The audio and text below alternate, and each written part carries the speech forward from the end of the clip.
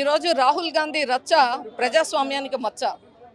ఏదైతే నీటు విద్యార్థుల పేరిట నీటిలో అవకతవకలు జరిగాయని చెప్పి ఈరోజు రాజకీయం చేస్తూ ఉన్నారో దీన్ని తీవ్రంగా ఖండిస్తున్నాం. ముందుగా ఎందుకంటే మే 3న ఎగ్జామ్ జరిగిన తర్వాత మే 7వ తారీఖున ఎన్టీఏ ఎప్పుడైతే ఇందులో పేపర్ లీకేజ్ జరిగింది అని చెప్పి సమాచారం ఉందని చెప్పిన వెంటనే దాని మీద ఎంక్వైరీకి వేసి పోలీసులకి ఇన్వెస్టిగేషన్ చేయమని చెప్పి మరి ఆ రోజున స్పెషల్ ఆఫీసర్స్ గ్రూప్కి మనం దాన్ని రికమెండ్ చేసి దానికి సంబంధించి వెంటనే ధర్మేంద్ర ప్రధాన్ గారు దానికి ప్రెస్ మీట్ పెట్టి క్షమాపణలు చెప్పి మళ్ళీ ఆ యొక్క ఎగ్జామ్ని మేము క్యాన్సిల్ చేస్తున్నాము అని చెప్పి రీనీట్ ఎగ్జామ్ను పెడుతున్నాము అని చెప్పి మరి రీనీట్ ఎగ్జామ్ని జూన్ 21వ తారీఖున దాన్ని జరిపి మొన్న జూలై 16వ తారీఖున ఫలితాలు కూడా వెల్లడించడం జరిగింది. ప్రక్రియ సజావుగా సాగింది, చాలా పకడ్బందీగా సాగింది, మల్టీ ఎన్క్రిప్షన్ విధానంలో సాగింది.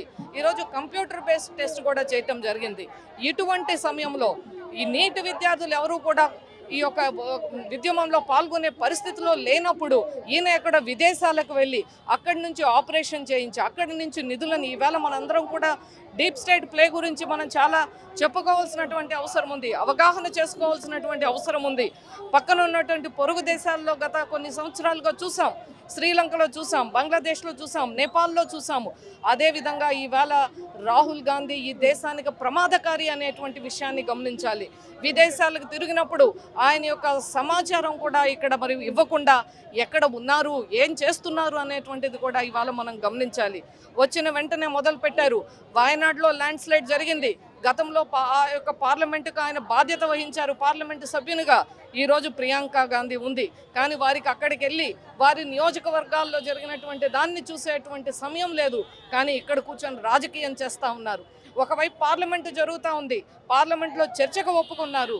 అక్కడ చర్చ చేయకుండా బయటకు వచ్చి ప్రధానమంత్రి మోడీ గారి ఇంటి ముందర మరి ఈరోజు నిరసన చెప్తూ రచ్చ చేస్తాం చూస్తూ ఉంటే వీళ్ళకి కావాల్సింది ఒక ఫోటోషూట్ కావాలి, మీడియాలో చర్చ జరగాలి, మీడియాలో కనిపించాలి అనేటువంటి ఆతృత తప్ప నిజంగా వీరికి నీట్ విద్యార్థుల పట్ల ఎటువంటి చిత్తశుద్ధి లేదు అనేటువంటి విషయాన్ని మాత్రం ఈ సందర్భంగా తెలియజేస్తా ఉన్నారు. భారతదేశ ప్రధానమంత్రి అయినటువంటి శ్రీ నరేంద్ర మోడీ గారి ఇంటి ముందు ఏదైతే కాంగ్రెస్ పార్టీ అలాగే వారి చెంచా పార్టీలు అయినటువంటి మిగిలిన పార్టీలు అందరూ కూడా కలిపి అన్యాయంగా వారి పార్టీ అధ్యక్షులు బర్త్డే సందర్భంగా వస్తున్నామని తెలియజేస్తూ పోలీస్ వారిని కూడా వారు సైడ్ ట్రాక్ చేసి భారతదేశ ప్రధాని ఇంటి ముందు వారు నిరసన తెలియజేయటం అనేది మేము తీవ్రంగా ఖండిస్తున్నాం.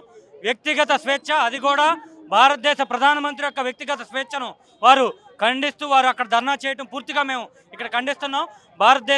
భారతీయ జనతా పార్టీ ఆంధ్రప్రదేశ్ రాష్ట్ర అధ్యక్షులు పివిఎన్ మాధవ్ గారి నాయకత్వంలో ఇవాళ ఆంధ్రప్రదేశ్లో కాంగ్రెస్ పార్టీ యొక్క దాష్టీకాన్ని పూర్తిగా ఖండించడానికి మొత్తం ఎన్టీఆర్ జిల్లా నుంచి అలాగే రాష్ట్ర వ్యాప్తంగా కూడా భారతీయ జనతా పార్టీ కార్యకర్తలు ముందుకొచ్చారు.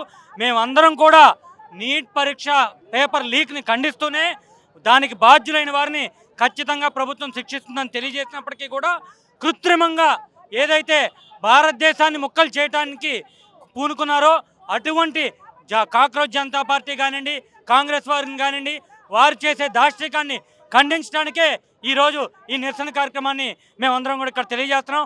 మేమందరం కూడా ముక్త కంఠంతో భారత్ మాతాకి, భారత్ మాతాకి, భారత్ మాతాకి జై. నిన్న జరిగిన దుర్మార్గ జరిగే రాహుల్ గాంధీ కాంగ్రెస్ పార్టీ నాయకులు ఏదైతే ఉందో నరేంద్ర మోడీ ప్రధానమంత్రి నివాసానికి వెళ్ళి అక్కడ ధర్నా చేసి అల్లరి చేయడానికి వచ్చిన దానికి నిరసనగా నరేంద్ర మోడీ గారు ప్రపంచ దేశాల్లోని మోడీ గారు అత్యున్నత వ్యక్తిగా ఉన్న అటువంటి మోడీ గారిని ఇక్కడ అస్థిరపరచాలనే ఉద్దేశంతో ఈ కాక్రోచ్ పార్టీలు అన్నీ కలిసి కార్యక్రమం చేస్తున్నాయి.